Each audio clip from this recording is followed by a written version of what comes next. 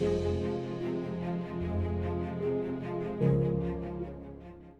am humbled to this morning bring the word of the Lord unto the people of the Lord.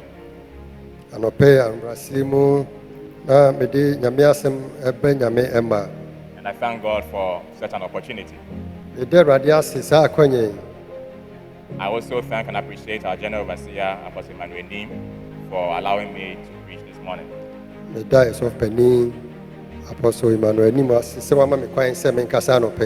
He's currently on an assignment in another branch, and may God bless him.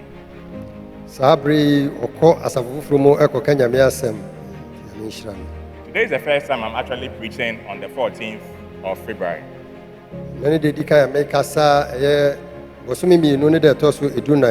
So I had no idea what to preach on Valentine's Day. In fact, I have never even preached at a wedding for me to say that I can go and polish some message on love and come and preach today.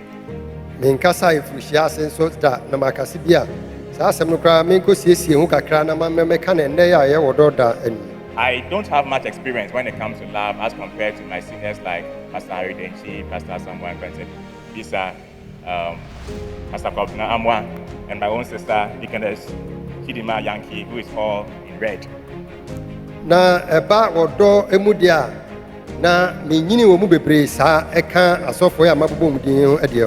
In fact, as of last week Sunday, I said that they have a message. I fellowship at Bachona Branch, and I was hoping and praying that I will catch a word which can be related to love for me to preach today, but I didn't.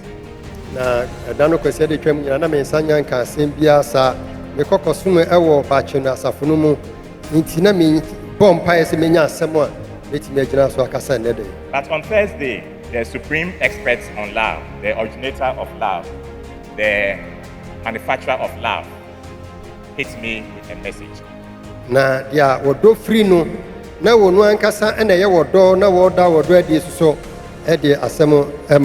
That is the Lord himself. And the title of the message is The Power of God's Love.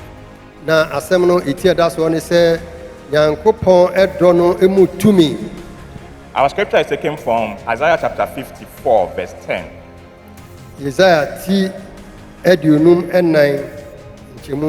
Though the mountains be shaken and the hills be removed, yet my unfailing love for you will not be shaken, nor my covenant of peace be removed, says the Lord, who has compassion on you.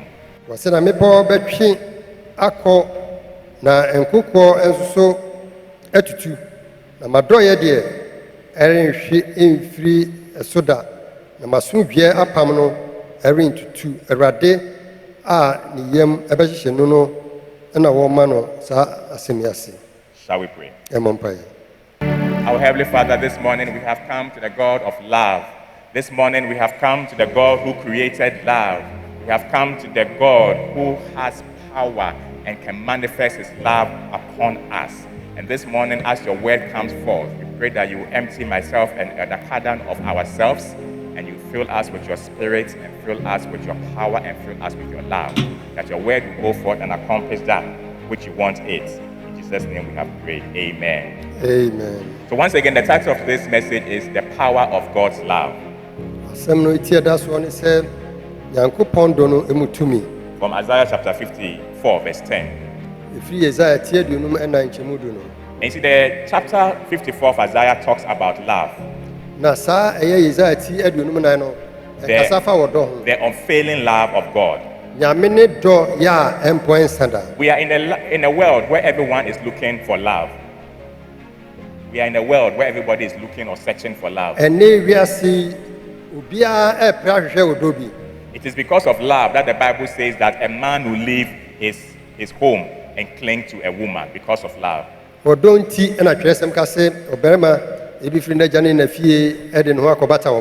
Because of love, you pursue a woman you love until you are able to get her.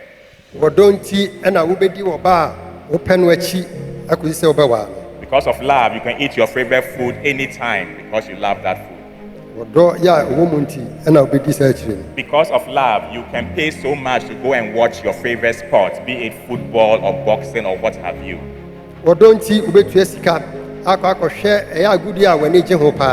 Man has interpreted love to mean so many things. Now we need to ase ama ekire no ma bebre ani gire homa no ma bebre. But at the end of the day, true love comes from God. Na so nwi ase akra no yakase wo dom apa no a. And that is why 1 John chapter 4 verse 7 says, "Dear friends, let us love one another, for love comes from God." Anu ntina Yohane wo medi kan ti ba ko nchemu nso no kase anu ntia nuano momaye no do ye ho fi se wo do efiri Awurade. So back to Isaiah chapter 54, which is a love letter written to different categories of people. Isaiah chapter 54.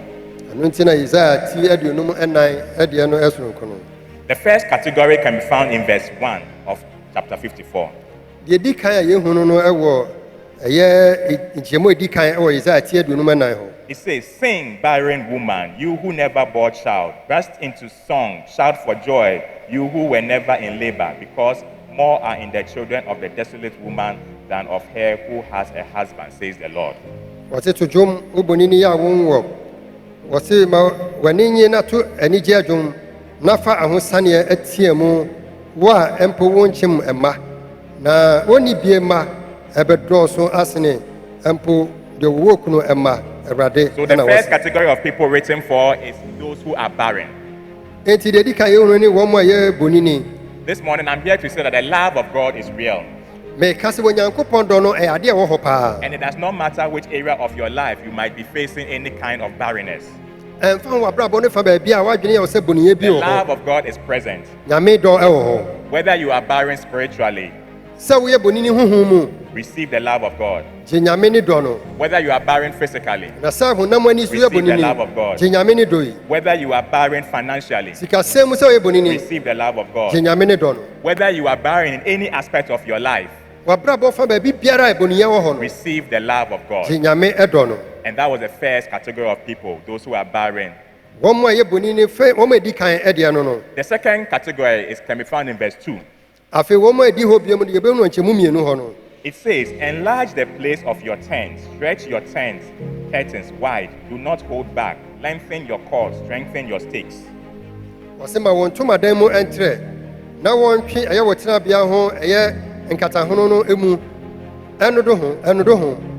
So the second category is those who are facing limitations in life. God does not want us to be limited in any aspect of our lives. The love of God itself does not have any limitations.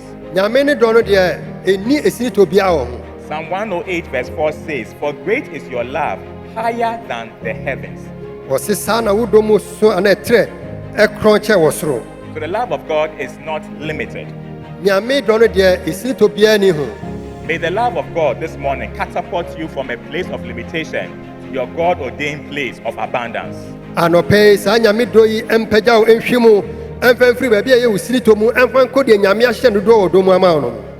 the third category, which this love letter was written to, can be found in verse 3.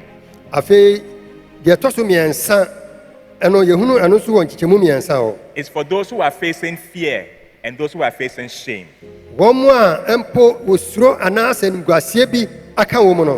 Do not be afraid.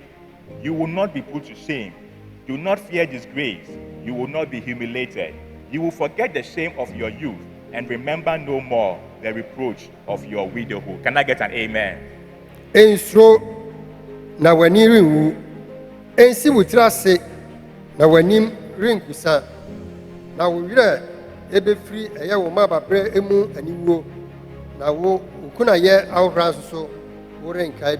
On this 14th day of February 2021, I pray that the power of love from God Himself will cover your shame and clothe you with honor and glory.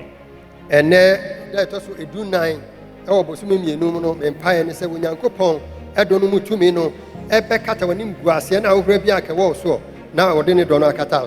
you see, the love of God is so powerful. That is why 1 Corinthians chapter 13 verse 13 says, "And now these three remain, faith, hope, and love. But the greatest of these is what? Love."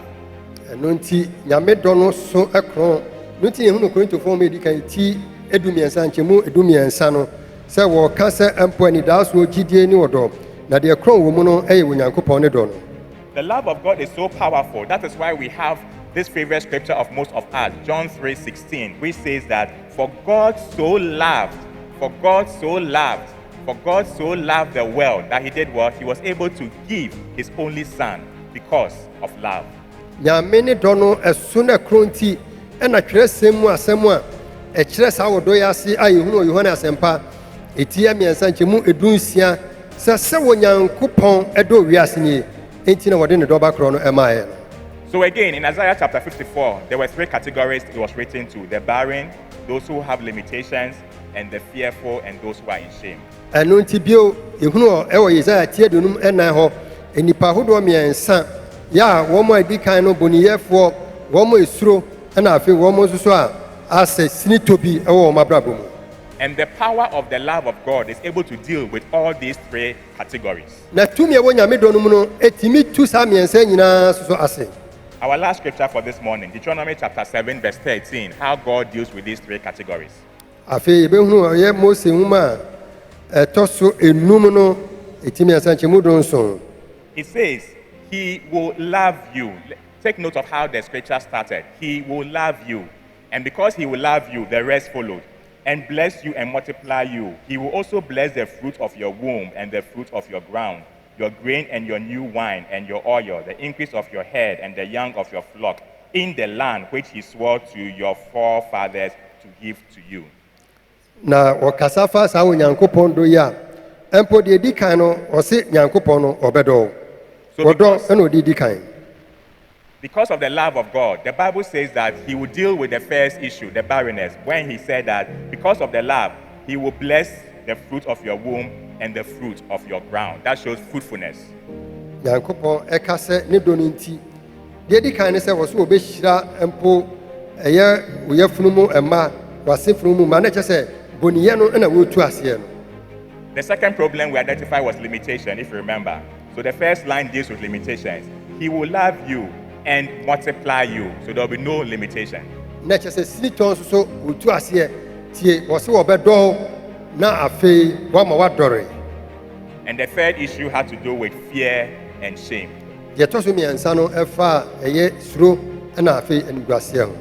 And this comes with the word of the Lord himself, saying that he will do what he has sworn to your fathers to give to you, to remove any shame and any fear from your life. And this is the assurance we have. wei ne deɛ nyankopɔn ankasa ka fa saa asɛm yi ho ɔse na deɛ ɔyɛ ma wɔagya no mu no ɛno na wɔbɛyɛ de ama wɔ sɛdeɛ bɛyɛ a wɔde bɛtu animguaseɛ afiri hɔ. In conclusion, awieɛ no though the mountains be shaken and the hills be removed, yet my unfailing love for you will not be shaken. ɔse na mmepɔ bɛtutu nkokɔ so bɛwo soɔ deɛ nanso me dɔ a medɔ ma woɔ no ɛto ntwa da. Though you might have come into today's service with so many problems, the unfailing love of God will not be shaken. ebia na wode ha bebree na aba asɔre anɔpɛ yi deɛ nti aseɛ sɛ onyankopɔn dɔ no ɛto ntwa da biara da no ɛbɛtumi ayi ne nyinaa afiri hɔ. Though you might be barren in some aspect of your life, the unfailing love of God will not be shaken. ebia na yɛ bonini ɛwɔ abrabɔ no mu fa baabi nyame ne dɔ yɛ a ɛnsa da biara da yi ɛbɛtu aseɛ ama wo. Though you might have limitations in your life, the unfailing love of God will not be shaken. ebia na wɔ sinitɔ bi abrabɔ yi mu nyame ne dɔ yɛ a ɛnsa da biara da no biribia ni hɔ a ɛbɛtumi apusu no. Though you might be fearful and covered with shame, the unfailing love of God will not be shaken. ebia na wosuro animguaseɛ mu nyame ne dɔ no a ɛntwa da biara da no biribia ni hɔ a ɛbɛtumi ayi afiri hɔ. Shall we pray? yɛmmɔ mpae.